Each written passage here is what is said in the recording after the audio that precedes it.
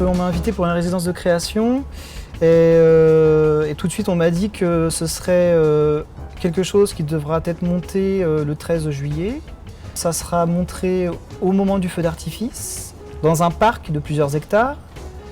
Un parc dans lequel on attend entre 10 et 14 000 personnes. Donc là, les contraintes techniques en termes de visibilité de l'œuvre étaient assez importantes finalement parce que le parc il est très vaste. Donc, et puis finalement, une fois avoir fait le tour du parc plusieurs fois, le château de la Marquise s'est imposé de lui-même finalement parce qu'il est au sommet de la colline, il est visible par tous. Et on s'est dit que ça serait vraiment intéressant pour le coup de travailler vraiment à l'échelle du château. Finalement, on compose toujours avec le lieu.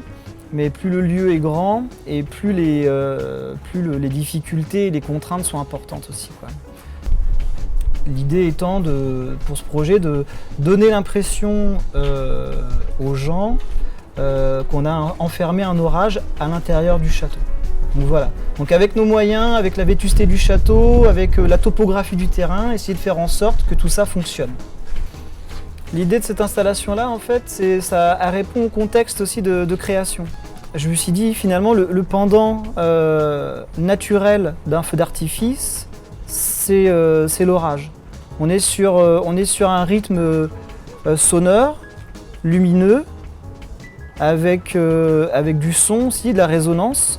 Et la façon, finalement, d'appréhender un orage est assez proche de la façon dont on appréhende et dont est construit, finalement, un feu d'artifice. Finalement, Nature Will Remain, c'est cette idée aussi que toute tentative prométhéenne, finalement, est vouée à l'échec ou est absurde. Et c'est cette volonté, justement, à tout prix de vouloir maîtriser et de faire sien les éléments, quoi. Stagiaire.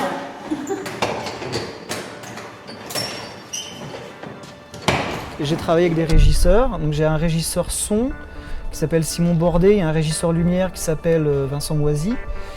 Donc nous, on est intermittent du spectacle, donc en son pour moi et Vincent pour la lumière. Et globalement, on travaille plus sur soit des concerts, soit du théâtre. On n'a pas l'habitude de travailler forcément avec les arts plastiques. Et c'est vrai que ce projet, c'est une variante des possibilités du spectacle vivant. Et ça a demandé une part de technique qui est aussi présente lors d'un spectacle, sur l'installation, sur les systèmes, etc.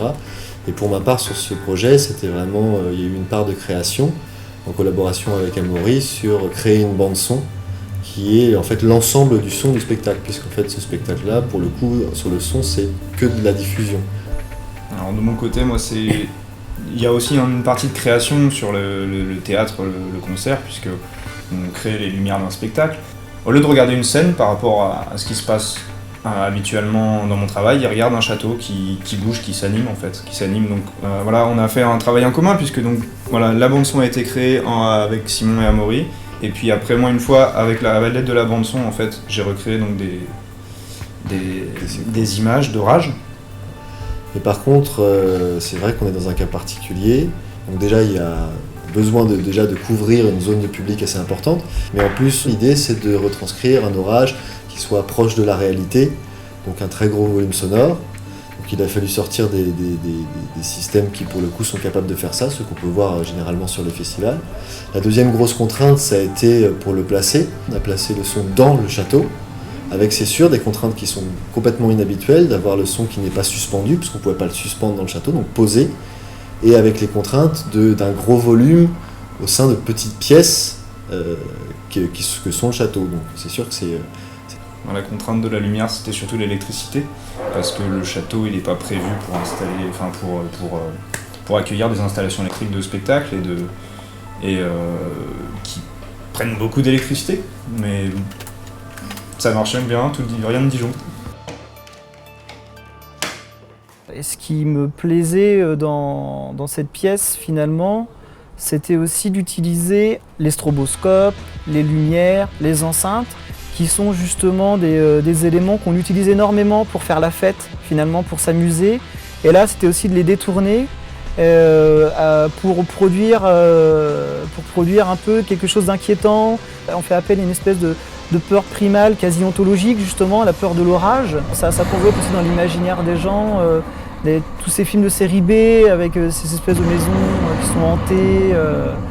Donc on est sur une installation qui n'est pas forcément très narrative, mais qui fait image, quoi, et qui fait sens aussi par rapport à son contexte et par rapport justement à cette tentative finalement d'enfermer un orage dans un château et puis qui est totalement artificiel.